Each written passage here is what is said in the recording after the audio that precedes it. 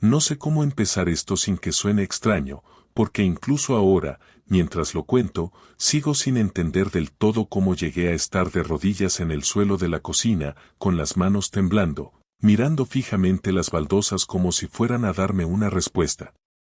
Lo primero que recuerdo con claridad es el sonido. Un golpe seco, como si alguien hubiera dejado caer algo pesado justo delante de mí. Pero no fue un objeto. Fui yo. Me desplomé sin darme cuenta, como si mi cuerpo hubiera decidido rendirse antes que mi cabeza. Y lo más raro es que, en ese momento, ni siquiera sabía exactamente por qué estaba así.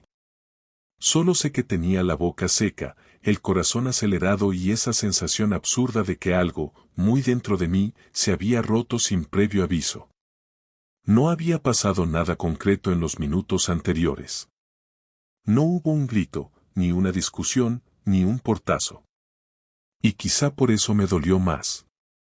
Aquella caída repentina no tenía una causa evidente que pudiera señalar y decir, esto fue lo que me destrozó. Y, sin embargo, ahí estaba yo, apoyando la frente contra el borde frío de un armario, respirando como si hubiera corrido una maratón, intentando entender por qué todo mi cuerpo reaccionaba como si estuviera viviendo un terremoto. Mientras me incorporaba torpemente, apoyando la mano en el suelo como si no confiara en mis piernas, lo único que pensaba era, ¿cómo cojones he llegado hasta aquí? Y esa pregunta, que parecía sencilla, se convirtió en un pozo sin fondo. Porque llevaba meses sintiendo que algo en mi vida se había torcido, pero nunca imaginé que ese algo me reventaría por dentro de esa manera. Supongo que lo mejor es contártelo tal y como yo lo viví, como si estuviéramos en un bar de barrio a las 11 de la noche, con 2 cañas vacías delante y sin prisas. Porque, sinceramente, si no lo cuento así, creo que no soy capaz de contarlo. Lo cierto es que el deterioro no empezó ese día en la cocina. Ese día solo fue cuando mi cuerpo dijo basta. Todo empezó mucho antes, casi sin que me diera cuenta. Y no fue por ninguna señal evidente, sino por una suma de detalles pequeños, casi ridículos, que al principio no quise ver. No porque fuera idiota, sino porque cuando amas a alguien de verdad, tiendes a justificar lo que duele. O al menos yo lo hacía. Por ejemplo, empezó a ocurrir algo que al principio no me pareció nada grave, mis conversaciones con Laura, mi mujer, cada vez eran más cortas, más frías, como si habláramos a través de un cristal. Antes me contaba todo, desde tonterías del trabajo hasta cosas más personales que le rondaban la cabeza. Pero de repente empezó a contestarme con frases que parecían sacadas de un manual de respuestas rápidas. Sí. No luego. No pasa nada. Y claro, yo insistía, porque siempre he sido el tipo de persona que cree que hablando se arreglan las cosas. Pero con ella ya no funcionaba. Otra cosa fue cómo empezó a estar físicamente presente pero emocionalmente lejos. Se sentaba conmigo en el sofá, pero siempre mirando el móvil. Íbamos a cenar y parecía que la comida le distraía menos que el mantel. Y aunque estábamos en la misma cama, muchas veces tenía la sensación de dormir con alguien que ya no estaba ahí. Sé que suena como algo que le pasa a muchas parejas. La rutina, el cansancio, las responsabilidades. Yo también pensé eso, créeme. Pensé que sería estrés, o agobio, o cualquier historia normal que no tiene mala intención detrás. Y quizá por eso me callé tantas cosas. Porque no quería ser pesado, ni parecer desconfiado, ni crear un problema donde quizá no había ninguno. Pero la verdad es que, por dentro, me estaba consumiendo. Hubo un momento concreto en el que empecé a sentir presión en el pecho cada vez que la veía entrar por la puerta. No porque hiciera nada malo, sino porque su expresión era distinta. No sabría explicarlo bien, pero la mirada que antes me tranquilizaba ahora me ponía tenso. Era como si ella estuviera en otro sitio mentalmente, uno al que yo ya no tenía acceso.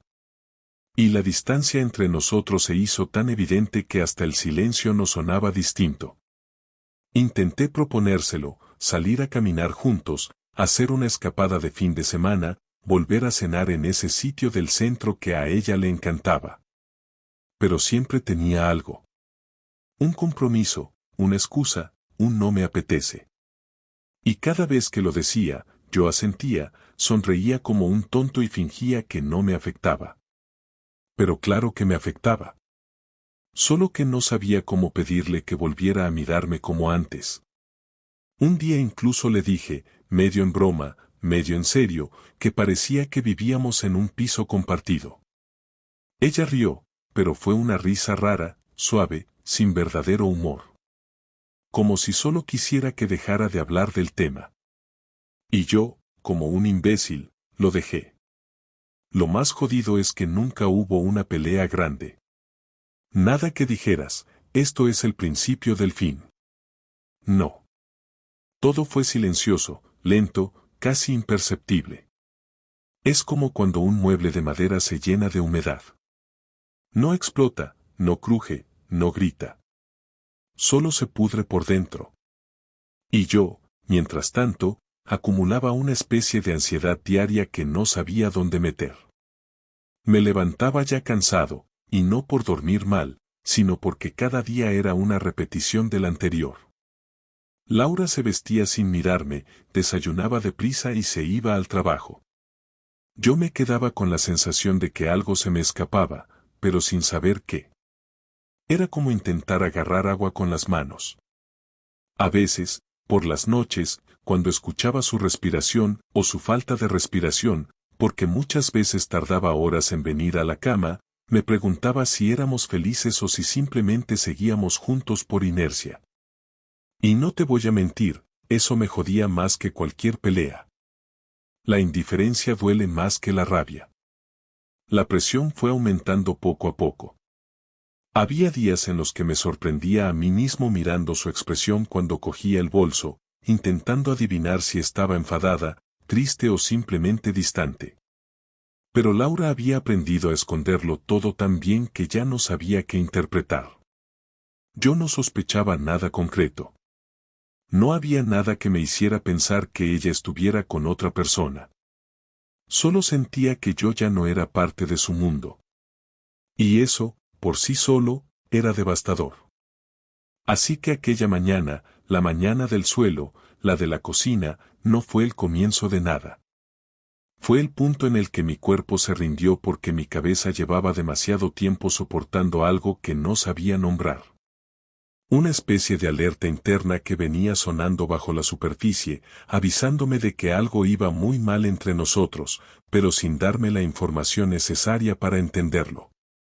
Ahí, sentado contra el armario, con las manos en las rodillas y la garganta cerrada, me di cuenta de que llevaba semanas fingiendo que todo estaba bien.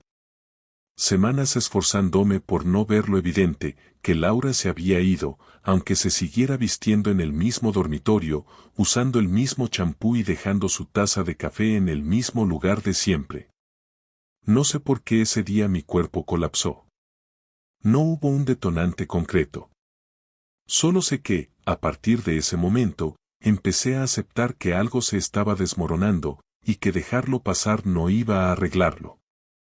Claro que, en ese instante, yo aún no sabía lo peor. Aún no sabía lo que descubriría después. Aún no sabía que había razones para mi dolor mucho más profundas que la distancia emocional. Cuando pienso en cómo descubrí lo que pasó, siempre vuelvo a esa sensación de que el cuerpo a veces sabe antes que la cabeza. Después de aquel colapso en la cocina, pasé varios días intentando hacer vida normal, pero ya no podía engañarme. Cada gesto de Laura se me clavaba como una señal que no sabía descifrar.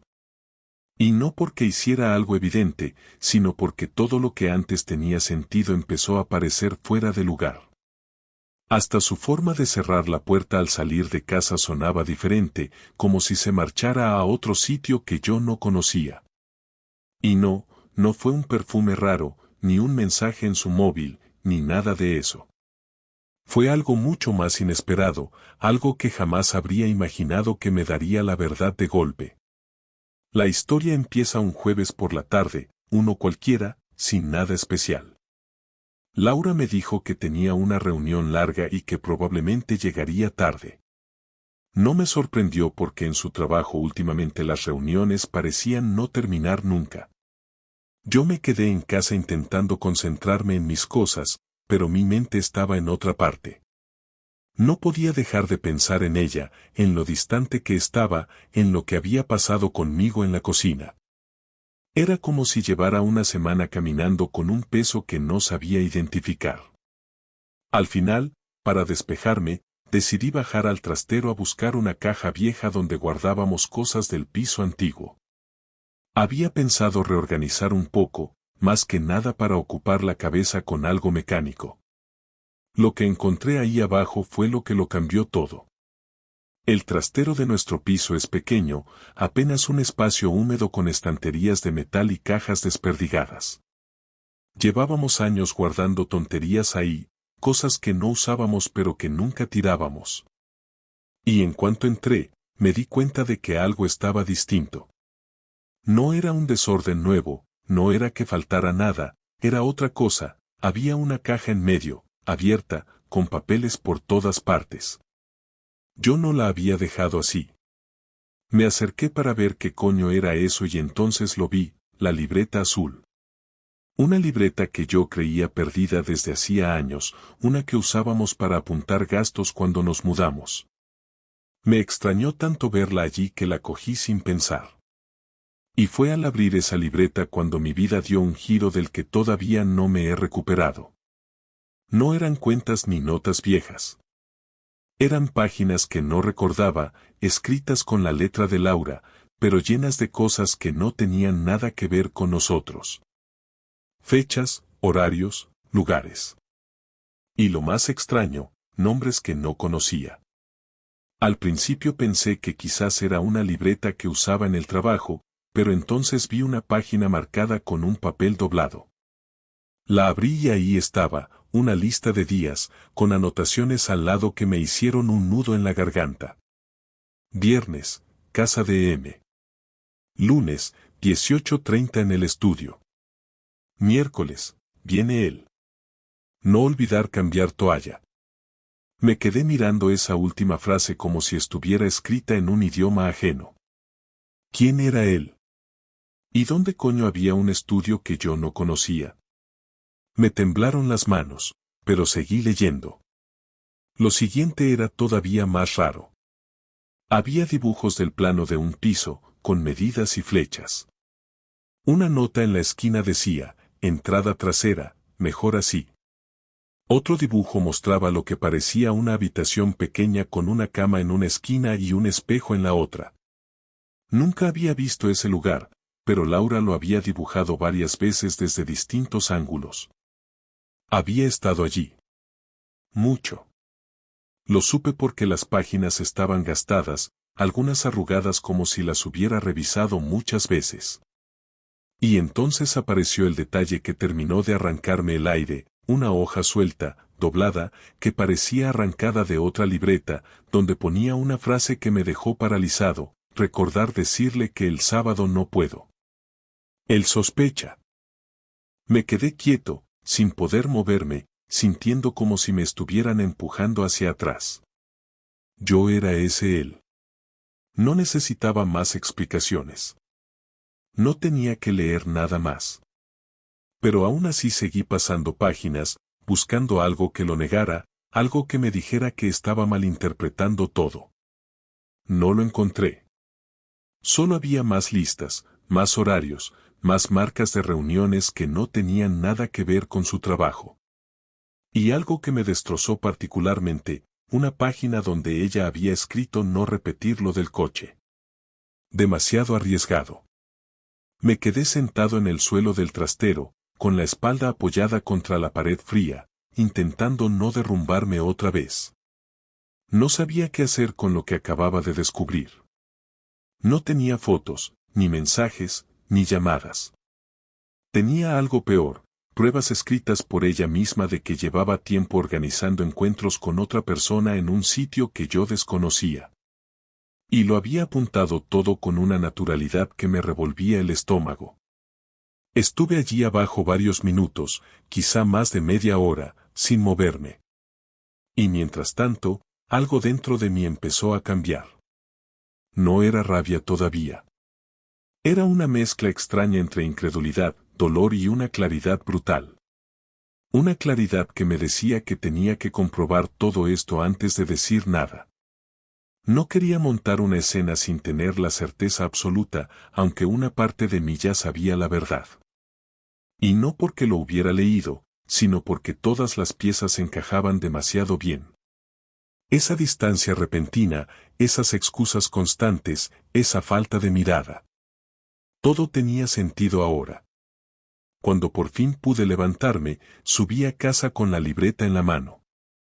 Me senté en el sofá, respiré hondo y pensé en lo que debía hacer.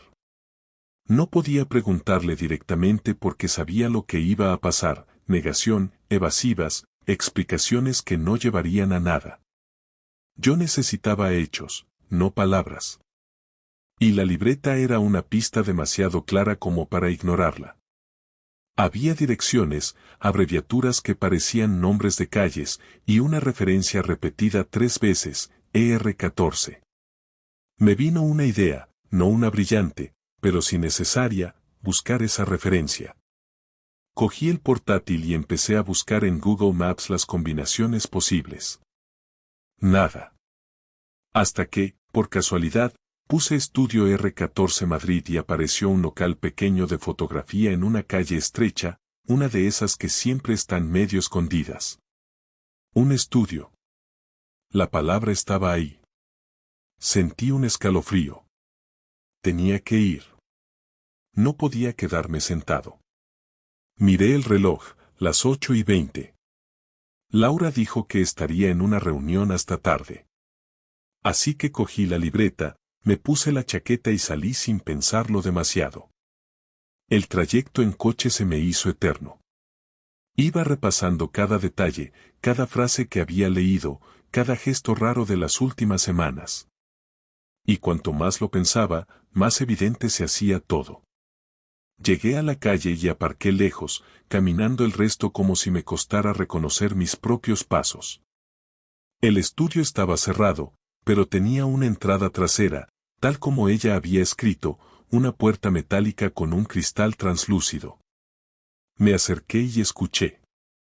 Al principio nada.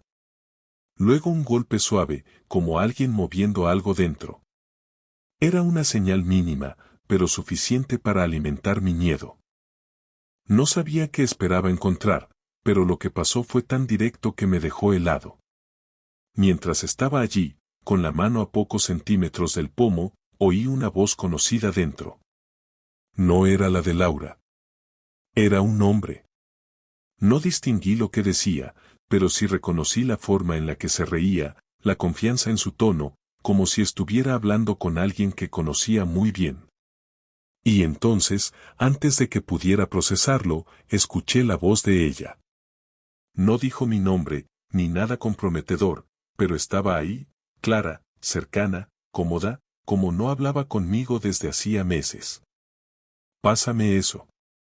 No, así no. Espera, cierra bien. Yo me quedé quieto, como si mis pies estuvieran pegados al suelo. No hice ruido, no intenté entrar, no dije nada. Solo escuché y supe que ya estaba todo dicho sin necesidad de ver nada más. Volví a casa sin confrontarla. No quise seguir escuchando. No quise verlos salir juntos. Me subí al coche y conduje como si no tuviera destino, dando vueltas sin saber a dónde ir. Cuando por fin llegué, eran casi las 11. Laura llegó media hora después, respirando normal, como si su día hubiera sido uno cualquiera.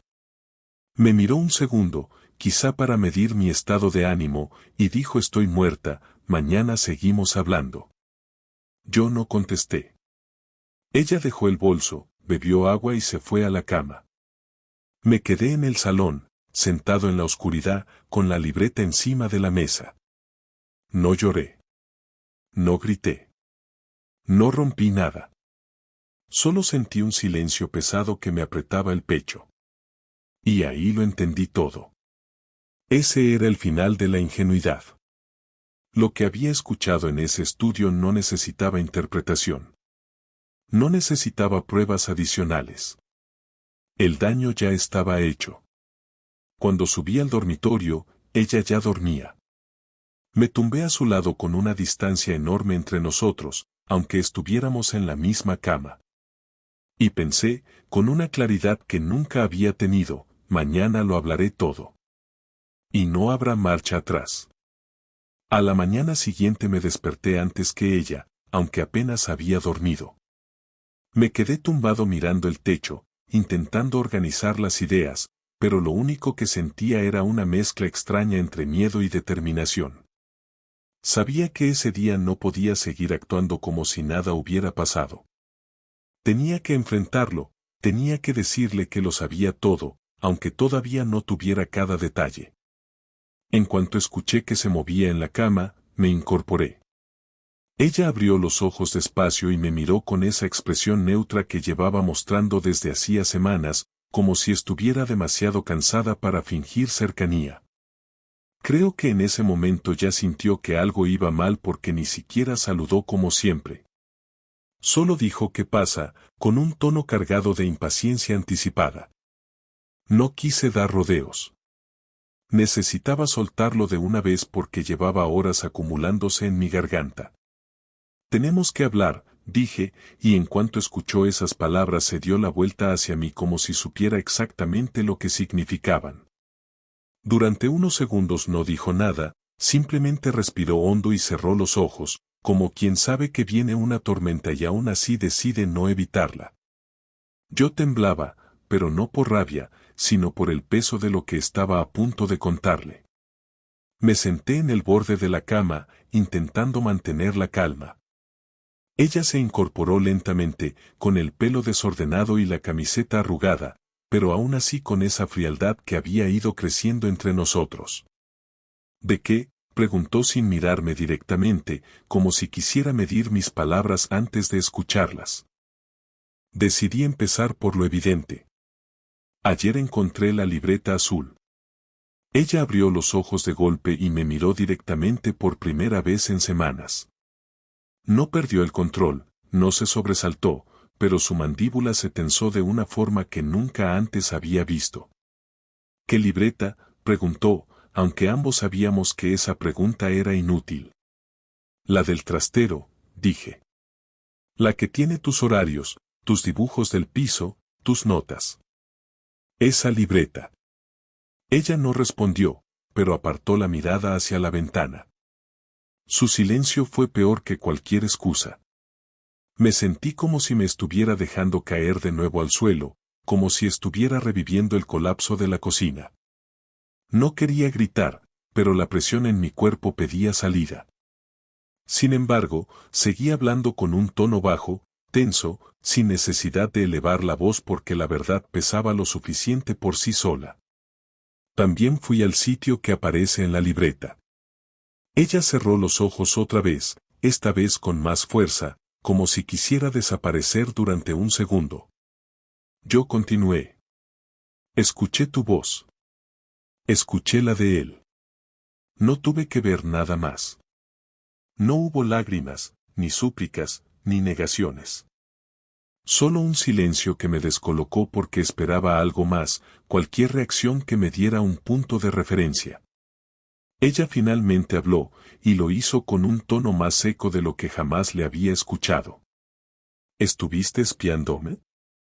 Esa frase me encendió por dentro porque la distancia entre lo que estaba pasando y lo que ella elegía destacar me parecía absurda. No estaba espiándote, respondí. Estaba intentando entender por qué llevas meses fuera de esta casa, aunque vivas en ella. Ahí sí reaccionó.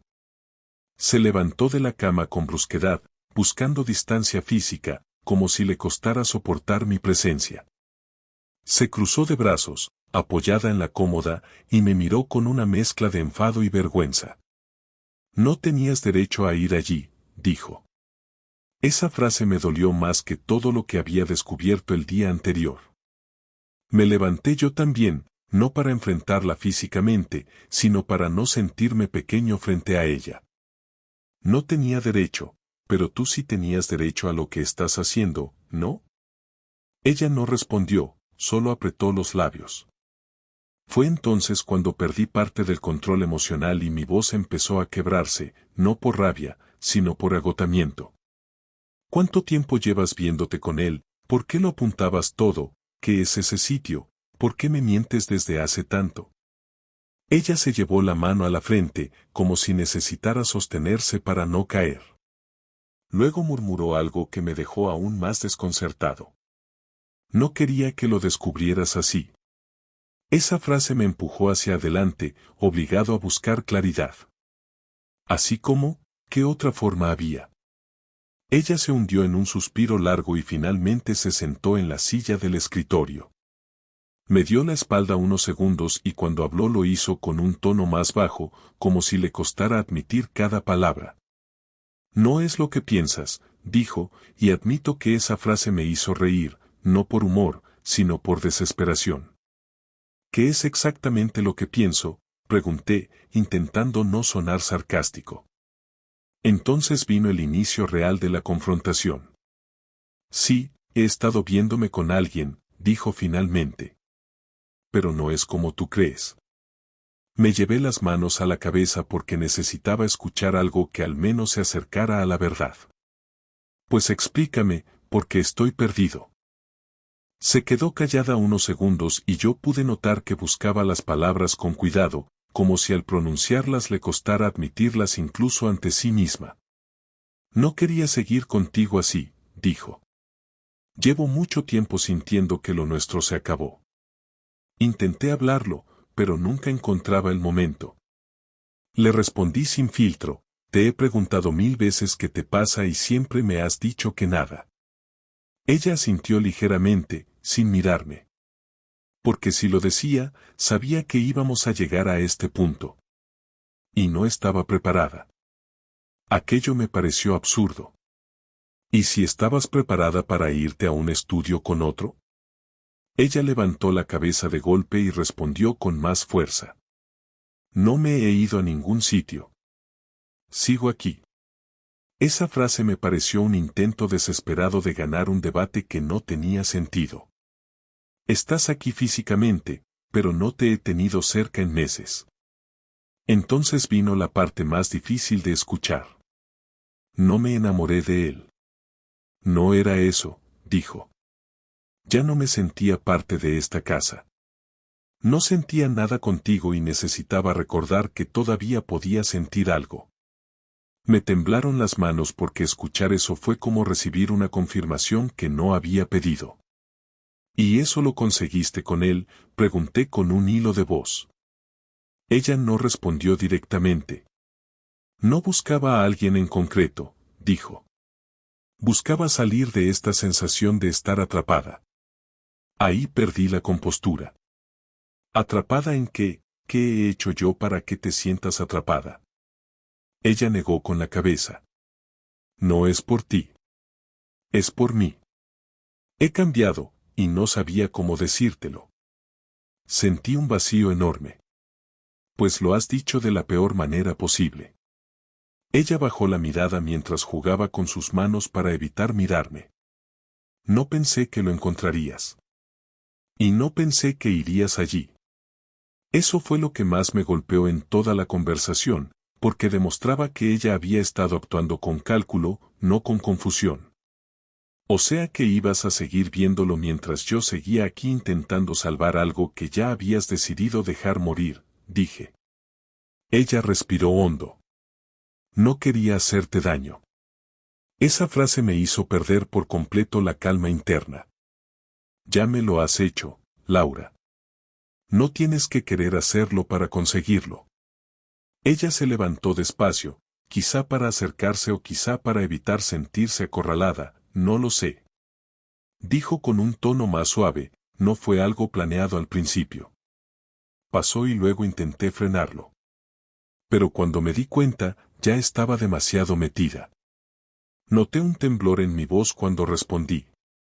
¿Y pensaste en algún momento en decirme la verdad? Ella dio un paso hacia mí. No quería perder todo esto de golpe. Me alejé instintivamente porque su cercanía en ese momento se sentía falsa. Pues ya lo has perdido igualmente. Ella negó con fuerza, como si mi frase no fuera cierta. No tienes que decidirlo ya.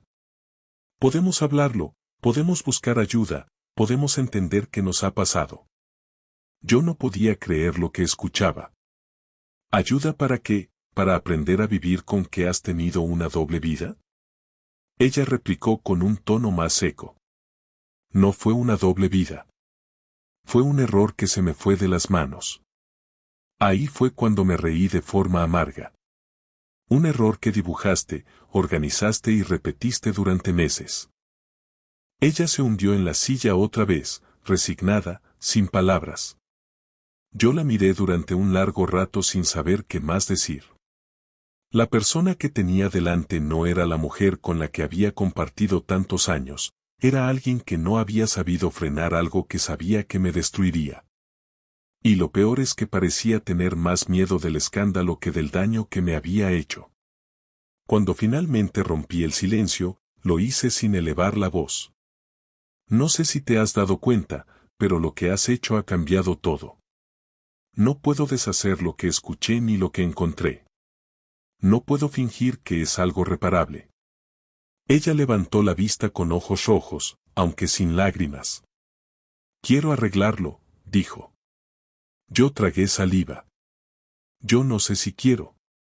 Ese fue el final de la confrontación, o al menos su primera etapa. Quedamos en silencio, respirando el mismo aire como dos desconocidos que no saben por qué comparten habitación. Y aunque la conversación paró ahí, ambos supimos que nada en nuestra vida volvería a ser igual.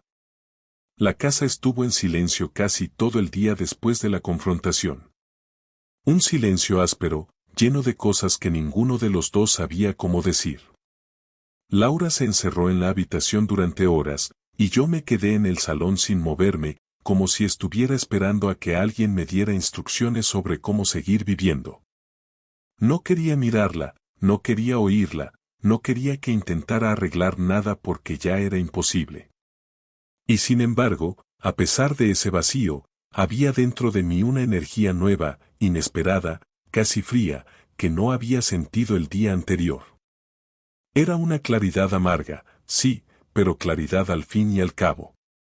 Y con ella vino algo que no había considerado hasta entonces, la idea de que yo no iba a quedarme cruzado de brazos esperando a que ella decidiera cómo debía ser mi vida a partir de ahora. No hablo de venganza impulsiva ni de hacer daño por hacer daño. Hablo de recuperar parte del control que ella había tomado sin preguntarme. Durante meses me había convertido en un espectador de mi propio matrimonio, alguien que no sabía lo que estaba pasando a su alrededor. Y ahora que sabía la verdad, ahora que había visto con mis propios ojos la libreta, el estudio, las mentiras, no estaba dispuesto a permitir que ella dirigiera el final de nuestra historia. Me costó varias horas aterrizar en una idea concreta, pero cuando lo hice, supe que era la única forma de mantener algo de dignidad en medio de un desastre como este. Lo primero que hice fue abrir el cajón donde guardábamos los papeles importantes. Entre facturas, contratos y manuales de electrodomésticos encontré lo que buscaba, el documento de compraventa del piso. Lo leí entero, no porque no supiera lo que ponía, sino porque necesitaba recordar que aquel lugar lo habíamos construido entre los dos.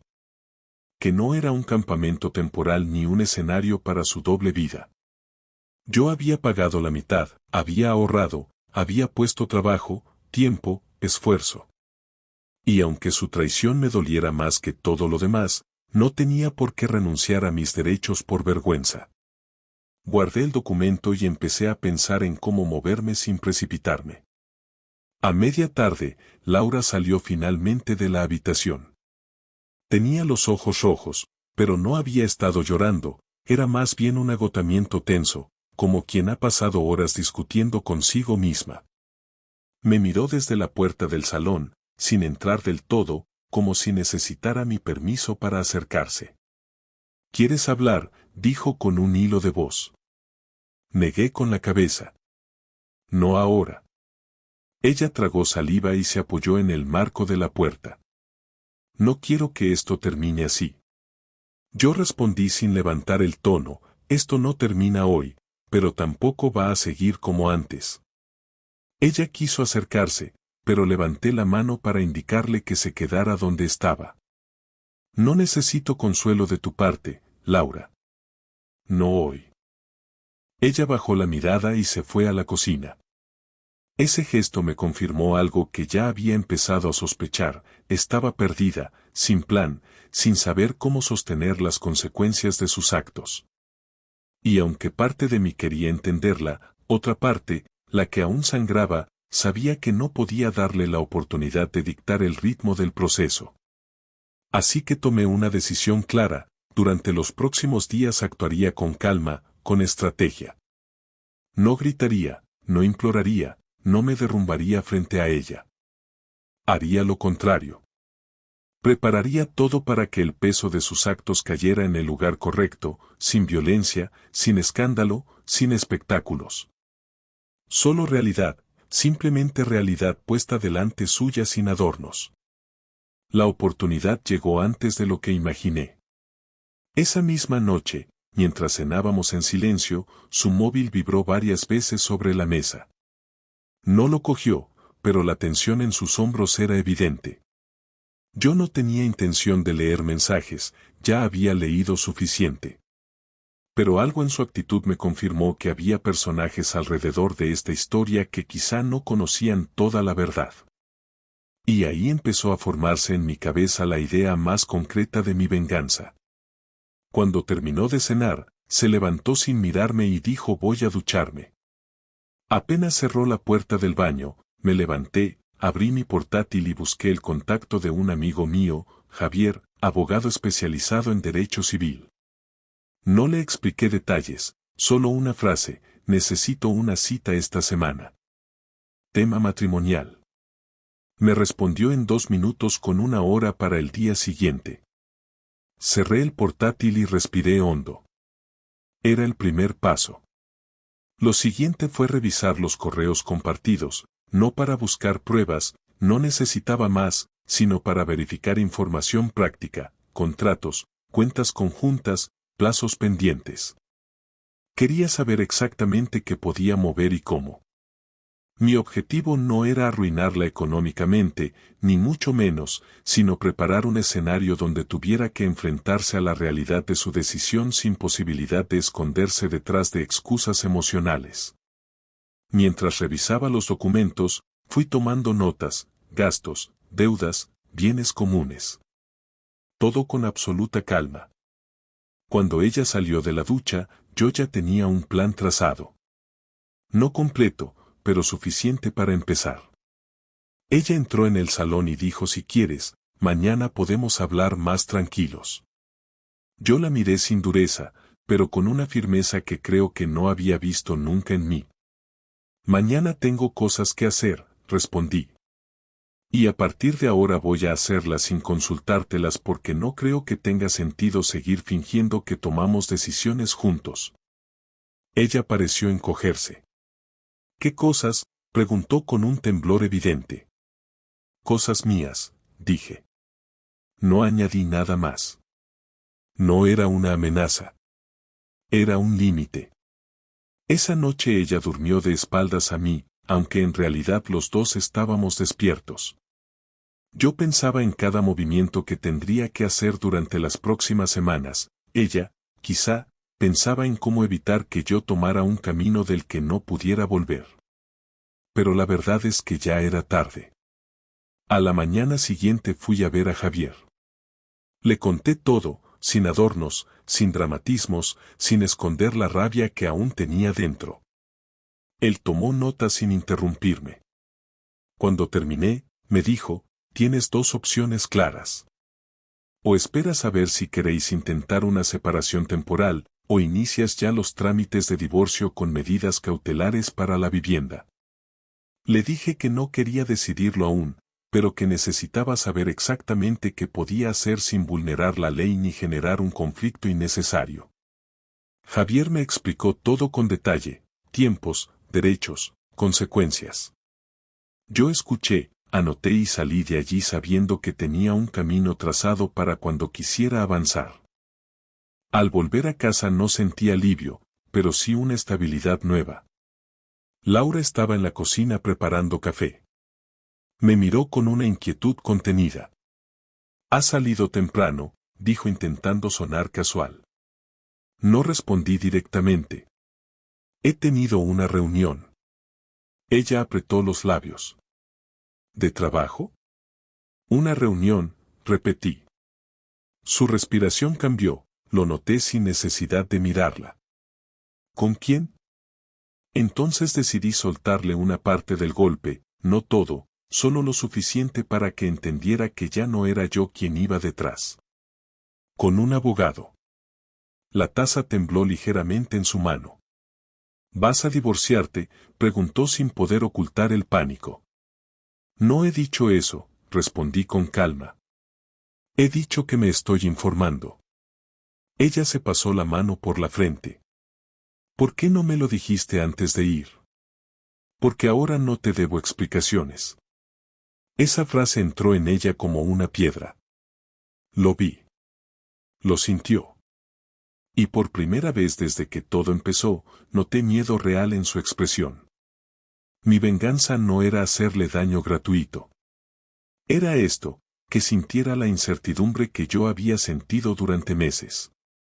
Que entendiera que sus acciones tenían un precio, no emocional, sino práctico.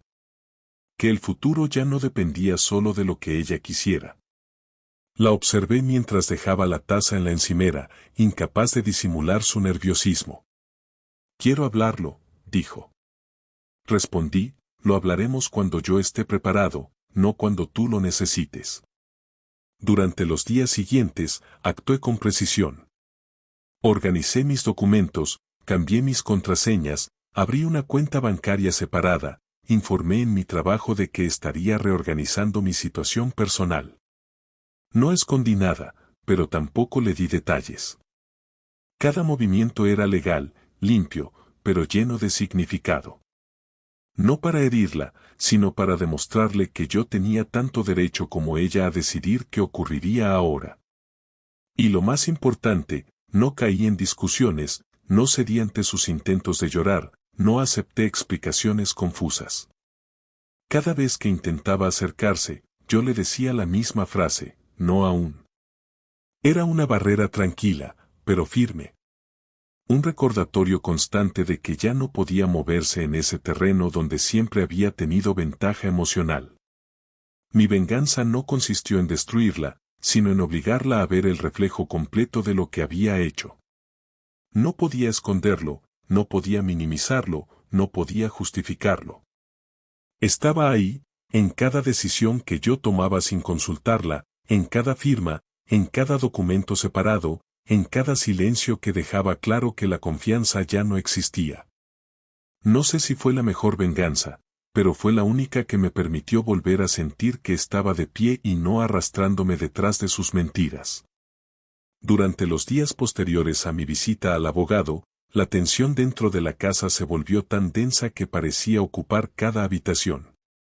No había gritos, no había discusiones abiertas, pero cada movimiento que hacíamos era torpe, controlado, casi táctico.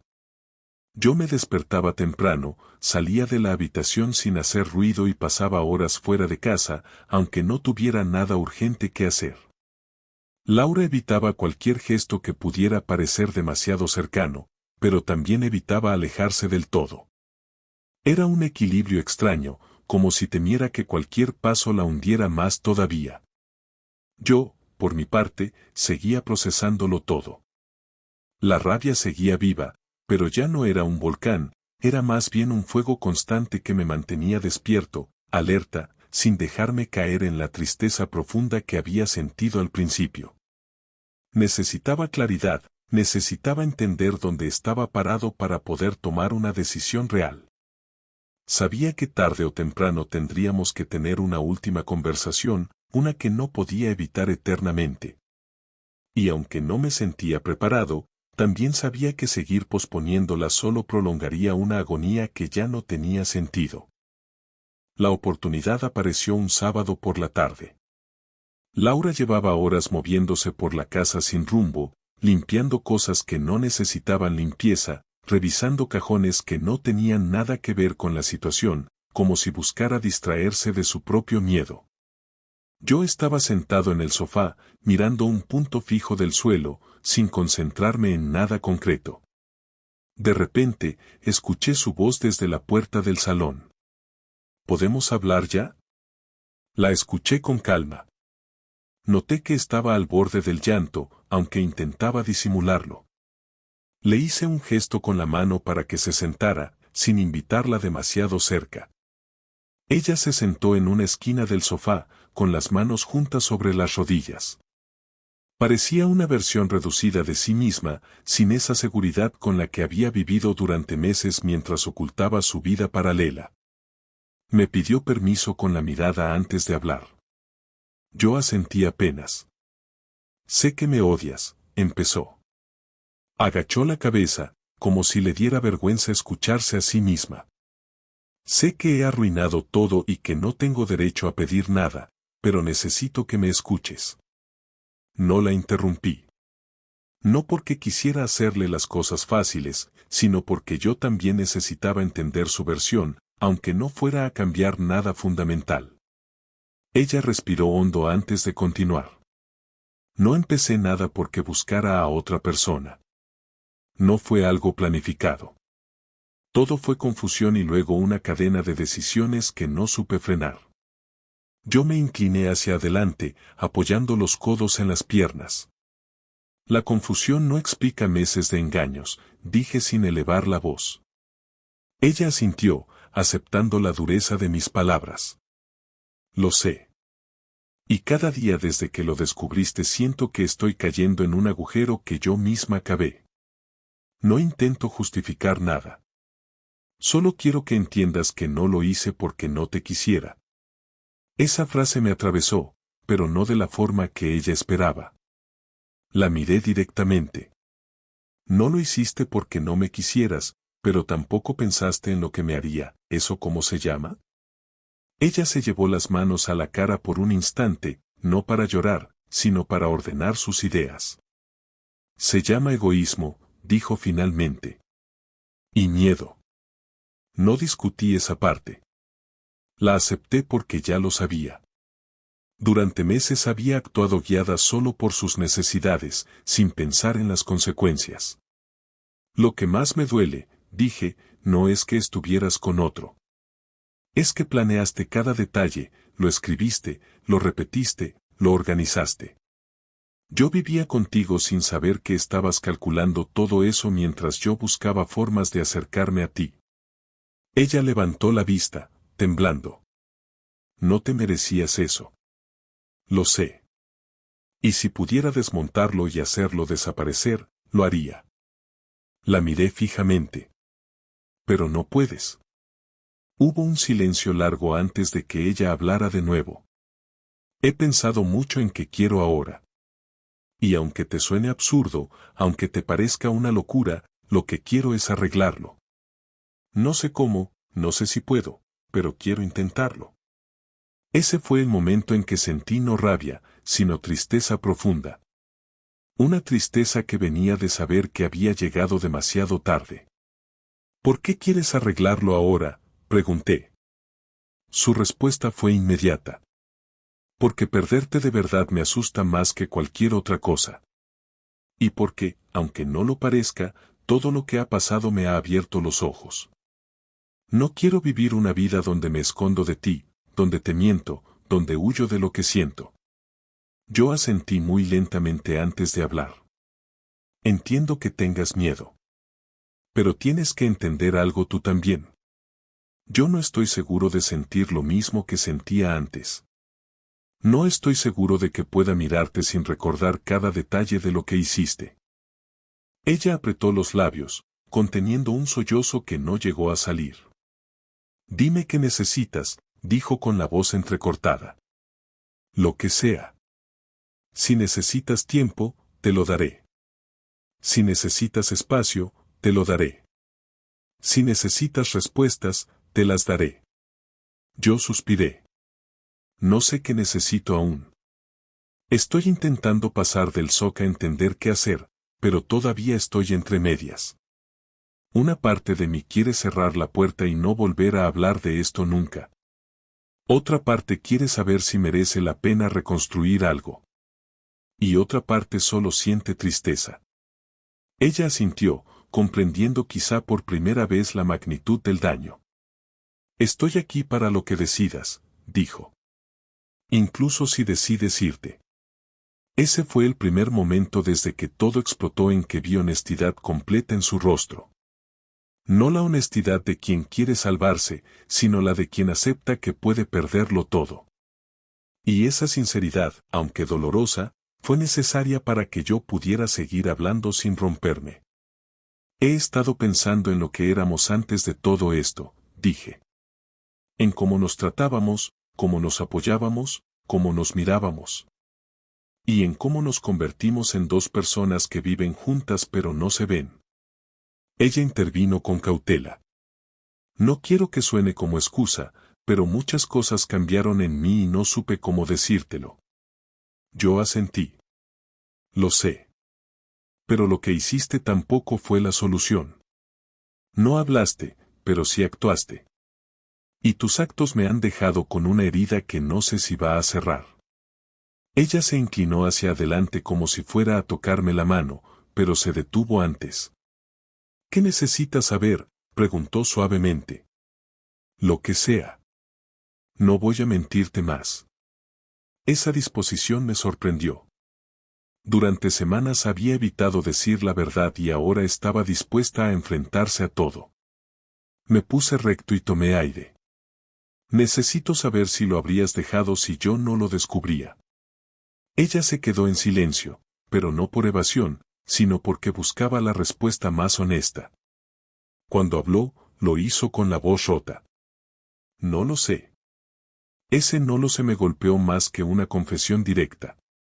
Era la evidencia de lo perdida que estaba, de lo lejos que se había ido emocionalmente.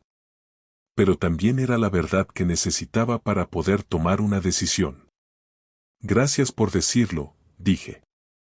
Ella preguntó con un hilo de esperanza, ¿eso significa qué? La detuve levantando una mano. No significa nada aún. Solo significa que estoy procesando.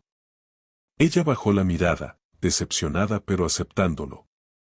Lo que decidas será justo, murmuró. Yo negué. No es cuestión de justicia. Es cuestión de supervivencia emocional. Entonces, por primera vez en días, ella lloró de verdad. No lágrimas discretas, no sollozos controlados, sino un llanto sincero, desgarrado, como si todo lo que había acumulado durante meses estuviera saliendo de golpe. Yo la observé sin acercarme. No por crueldad, sino porque ese llanto no me pertenecía. Era suyo, solo suyo, reflejo de algo que había estado evitando enfrentar.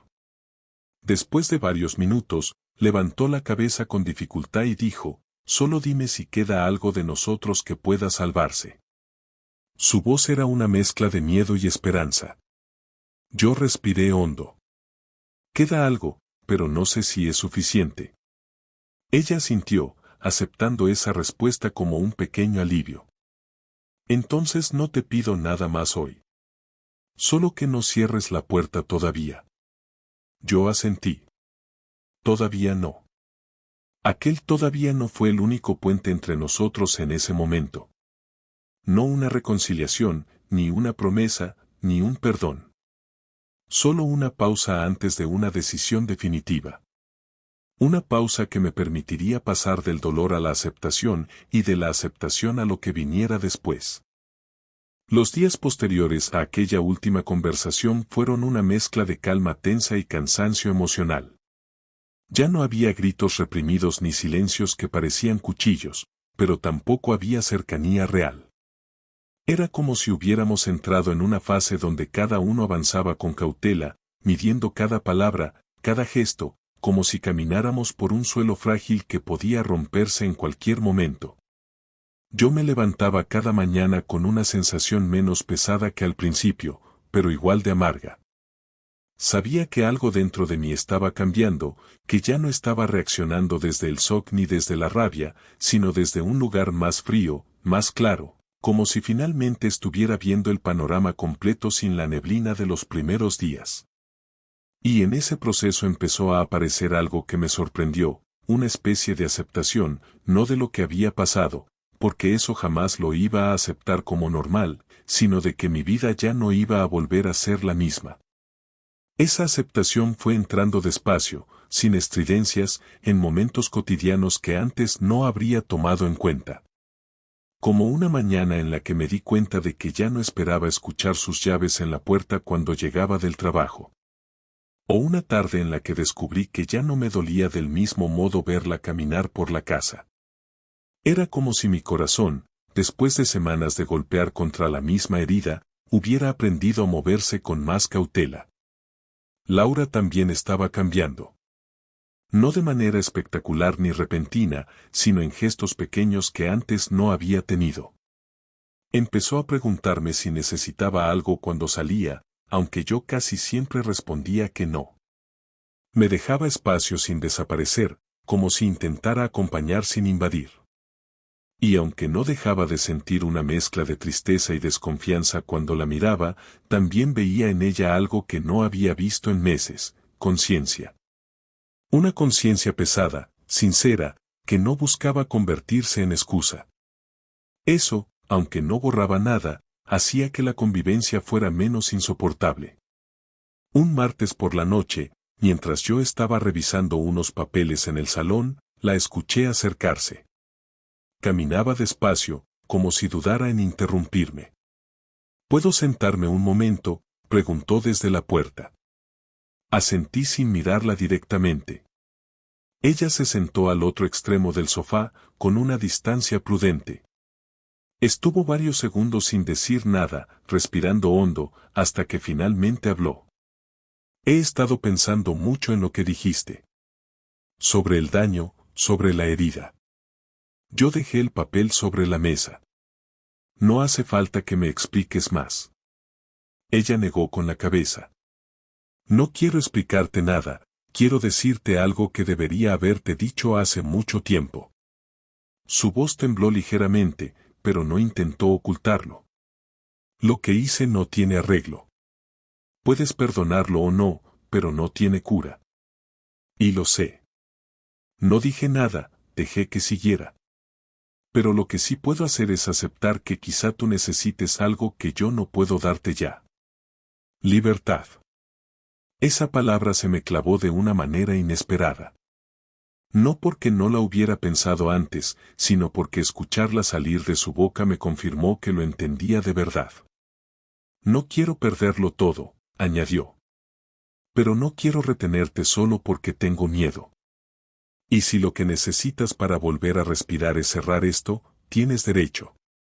Me incliné hacia adelante, apoyando las manos en las rodillas. No sé aún si quiero cerrar o reconstruir. Pero sé que necesito saber que puedo elegir sin sentirme obligado por tu arrepentimiento. Ella asintió con suavidad. No voy a pedírtelo. Ese fue un momento silencioso pero decisivo. No hubo drama, no hubo súplicas, no hubo reproches. Fue una aceptación mutua de que estábamos en un punto donde cualquier decisión sería dolorosa, pero necesaria. No dije nada más y ella tampoco. Se levantó despacio y salió del salón. Cerré los ojos y me quedé respirando hondo durante varios minutos, sintiendo que algo en mi interior se acomodaba por primera vez desde que todo empezó. Los días siguientes los dediqué a pensar seriamente en el futuro.